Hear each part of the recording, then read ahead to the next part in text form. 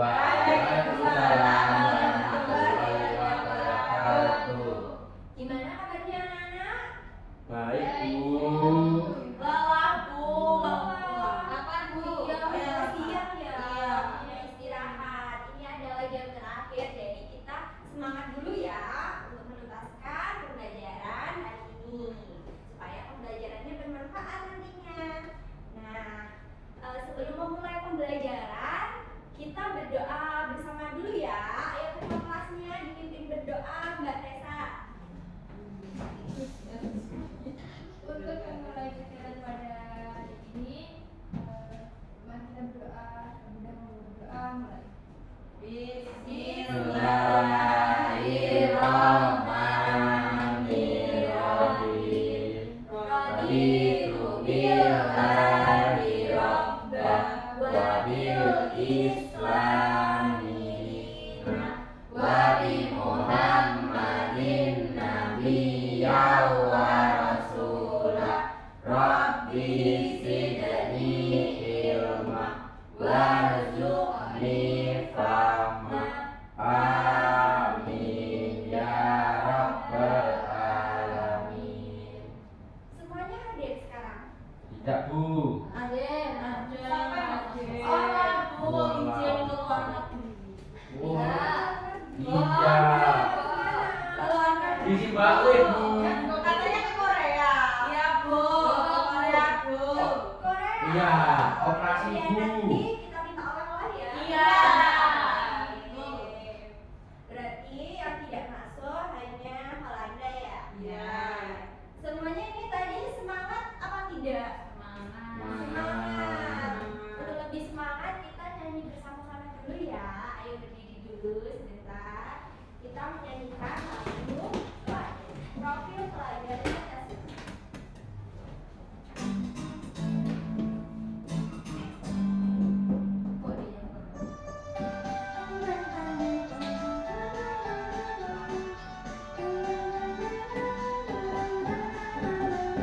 Belajar Pancasila, beriman dan bertakwa pada Tuhan Yang Esa dan berakhlak mulia, berkebinekaan global, gotong royong mandiri, kreatif dan inovatif. Belajar Pancasila, beriman dan bertakwa pada Tuhan Yang Esa dan berakhlak mulia, berkebinekaan global, gotong royong mandiri, kreatif dan penyala kritis. Iya.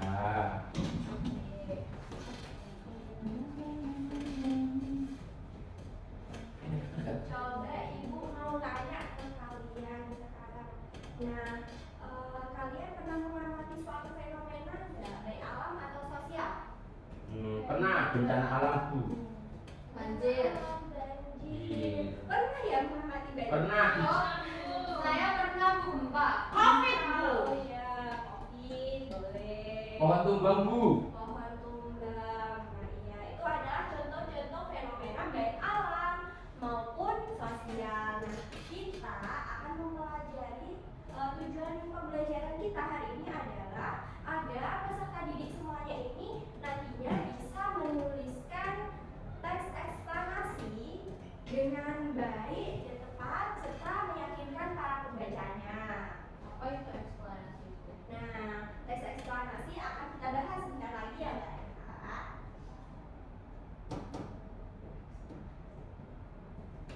Coba diperhatikan ya di depan.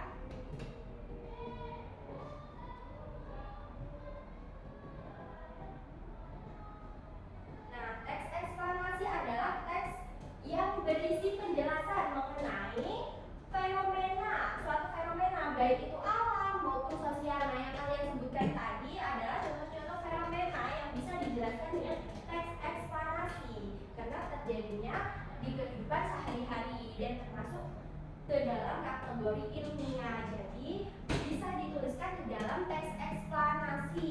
Kemudian di dalam teks eksplanasi itu terdapat tiga struktur. Yang pertama ada pernyataan.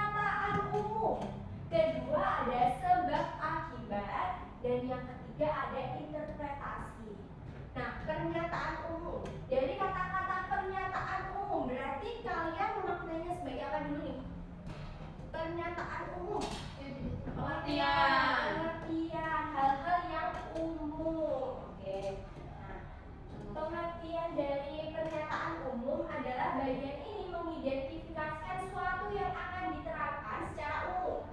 Tadi seperti pengertiannya, seperti banjir adalah suatu fenomena alam yang terjadi karena ada belum jangan kan adanya ya, nanti masuk ke urutan sebab akibat. Banjir adalah fenomena alam yang terjadi di Jakarta, bisa yang sering terjadi di Jakarta ya. Nah, hal ini dapat berkaitan dengan fenomena alam, sosial, budaya, dan fenomena lainnya. Nah, fenomena ini yang ilmiah. Kemudian yang kedua, urutan sebab akibat. Dari sini kita bisa tahu bahwasannya di dalam isi urutan sebab akibat adalah keterangan dari suatu sebab atau hal yang menyebabkan terjadinya sesuatu. Nah, setelah mengetahui gambaran umum dari fenomena yang dibahas, bagian ini akan merinci proses kejadian yang relevan dengan fenomena yang diterapkan sebagai jawaban atas bagaimana dan mengapa. Jadi, untuk mencirikan dari urutan sebab akibat itu ada kata-kata bagaimana dan mengapa. Jadi, ada bagaimana fenomena alam terjadi. Nah, hal itu menyebabkan apa? Kemudian di bagian interpretasi, pada bagian ini berisi kesimpulan atau interpretasi dari fenomena yang dibahas. Jadi kita bisa menyimpulkan dari seluruh hal yang kita tulis sudah di dalam interpretasi ini. Nah, kemudian dalam teks eksplanasi ini harus terdapat yang pertama ide pokok. Kalian sudah pernah belajar kan tentang ide pokok? Ya. Apa itu ide pokok? Pikiran Bu, bukan utama dalam teks. Dalam sebuah apa? Paragraf. Jadi di dalam satu paragraf ya, itu ada ide pokok. Kemudian kalimat utama. Apa itu kalimat utama? Kalimat yang berisi gagasan utama di dalam ide pokok. Jadi kalimat utama itu terdapat pada ide pokok. Setelah kita menemukan ide pokok, maka kita bisa menemukan kalimat utamanya dalam suatu teks. Kemudian yang terakhir ada kalimat penjelas. Kalimat penjelas adalah kalimat yang berisi pengembangan, uraian atau rincian sebagai penjelasan dari kalimat utama. Jadi kalian bisa membuat kalimat penjelas ini pengembangan dari ide pokok. Kalian buat dulu ide pokoknya, kemudian kalian membuat kalimat penjelas dari ide pokok itu. Itu dinamakan kalimat penjelas. Berarti kalimat utama itu di pertama, Bu? Bukan, kalimat utama tidak harus di utama kalimat maksudnya. Betul. Di Ya. utama apa di awal? Di awal kalimat gitu ya. Tidak, kalimat utama itu bisa berada di akhir maupun di awal, bahkan bisa di tengah, tergantung ide pokoknya ada di mana ya.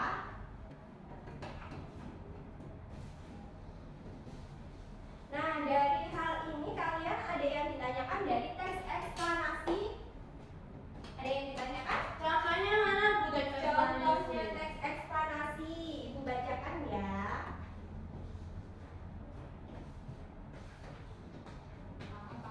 Teks eksplanasi tentang banjir. Nah, contohnya mendengar kata banjir memang sudah tidak asing lagi terdengar di telinga kita. Banjir adalah fenomena alam yang bersumber dari curah hujan dengan intensitas tinggi dan durasi lama pada daerah aliran sungai atau das. Banjir dapat terjadi karena alam dan tindakan manusia. Penyebab alami banjir adalah erosi dan sedimentasi, curah hujan, pengaruh fisiografi atau geofisika dari sungai, kapasitas sungai, drainase lahan, dan pengaruh air pasang. Kemudian, ayo Eka Bayu jangan ramai ya. Ya Bu. Kemudian untuk urutan sebab akibatnya, sebagai akibat perubahan tata guna lahan terjadi erosi sehingga sedimentasi masuk ke sungai dan daya tampung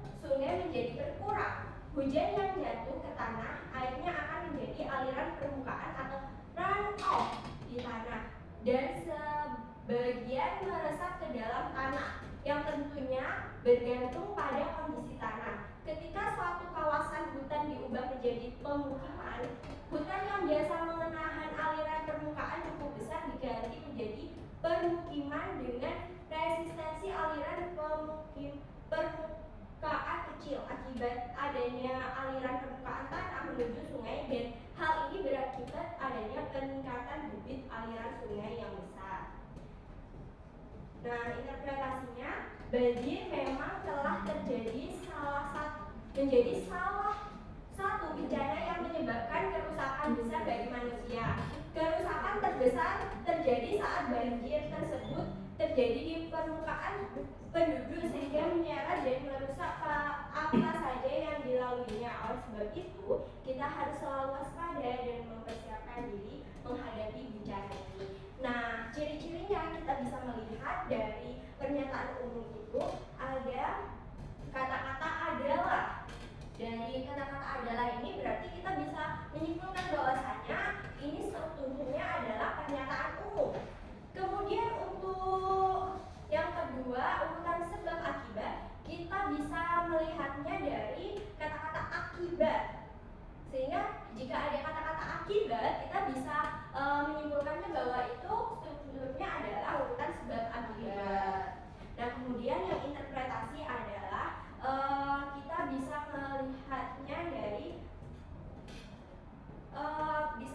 bahwa keseluruhan itu ada di interpretasi. Jadi jika ya seperti kesimpulan. Jadi dari pembahasan kita ada yang ditanyakan lagi? Cukup Bu. Cukup. Paham. Sudah paham semuanya ya? Kalau begitu kalian sekarang tugasnya adalah membuat teks eksplanasi berkelompok ya, berkelompok bagi dua. Lama Bu. Iya, kita kan Susah Bu. buat. Kita kan harus paham, katanya tadi sudah paham. Ayo. Iya Tadi paham kan? Kan Paham tapi kalau buat susah Bu. berkelompok biar gak susah, gotong royong ya. Nah, di situ kalian lihat ada tulisan Banjir. banjir. Nah, di situ ada sebab akibatnya. Kalian bisa memilih salah satu atau tadi yang Ibu katakan masih ingat semuanya? Nah, kalau Ya. misalnya kalian buat sekarang ya. Coba Ibu beri waktu kalian selama 15 menit.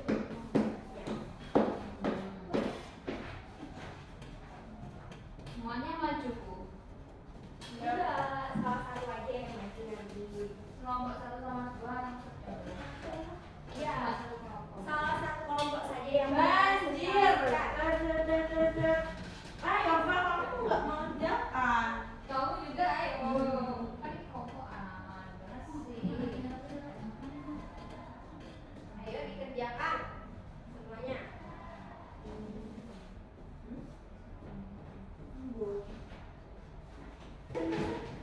Kucuk.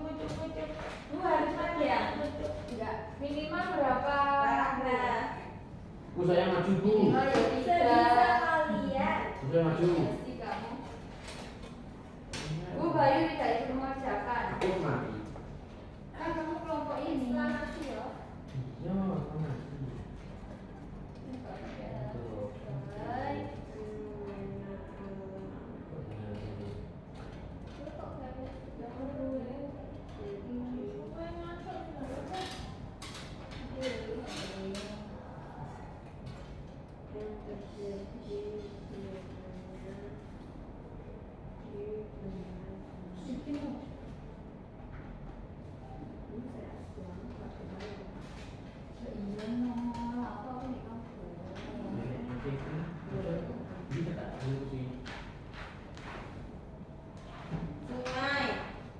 Sungai. Ya.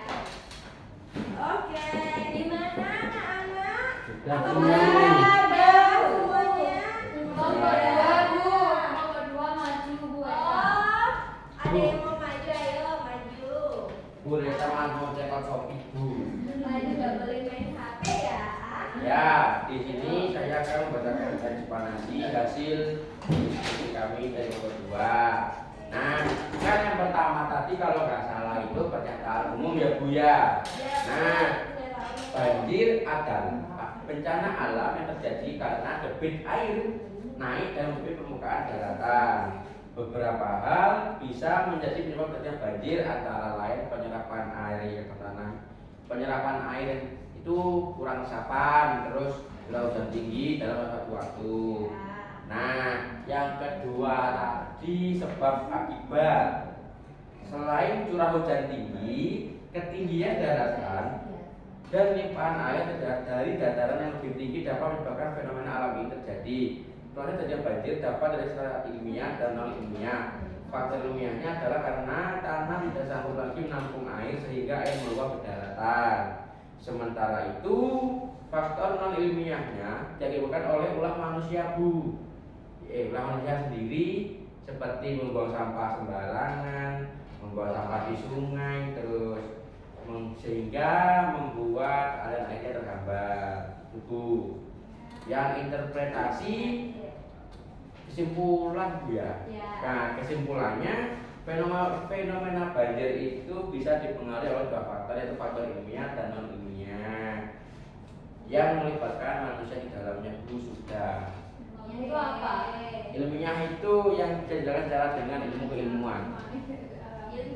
itu terjadi karena faktor alam ya. Oke, beri tepuk tangan dulu ya. Pulang Bu. Oke, Pulang. selesai mengerjakan tugas semuanya sudah bisa ya? Sudah. Tugas eksplanasi, ayo Kelompok kita. satu nggak bisa gitu.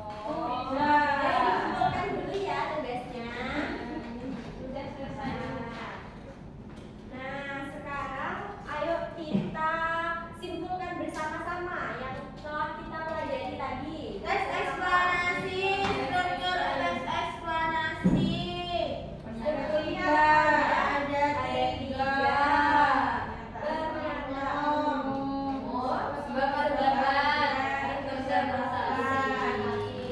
Nah, terus di dalam teks eksplanasi harus terdapat Ide pokok, kalimat utama, dan kalimat penjelas. Oke, semuanya sudah paham ya.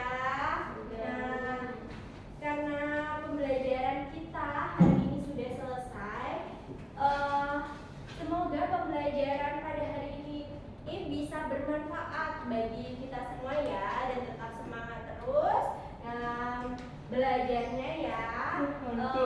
Sebelum mengakhiri pembelajaran, mari kita berdoa bersama-sama. Ayo, ketua kelasnya Mbak Esa.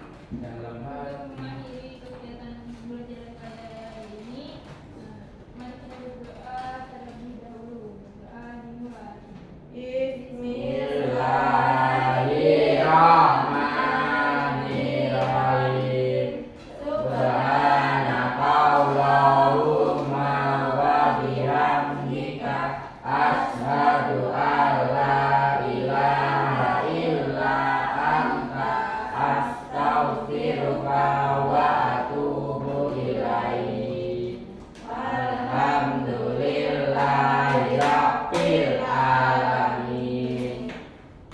Terima kasih semua anak-anakku. Ibu minta maaf apabila ada salah kata ya. Ibu akhiri, wassalamualaikum warahmatullahi wabarakatuh. Waalaikumsalam warahmatullahi wabarakatuh. Pulang.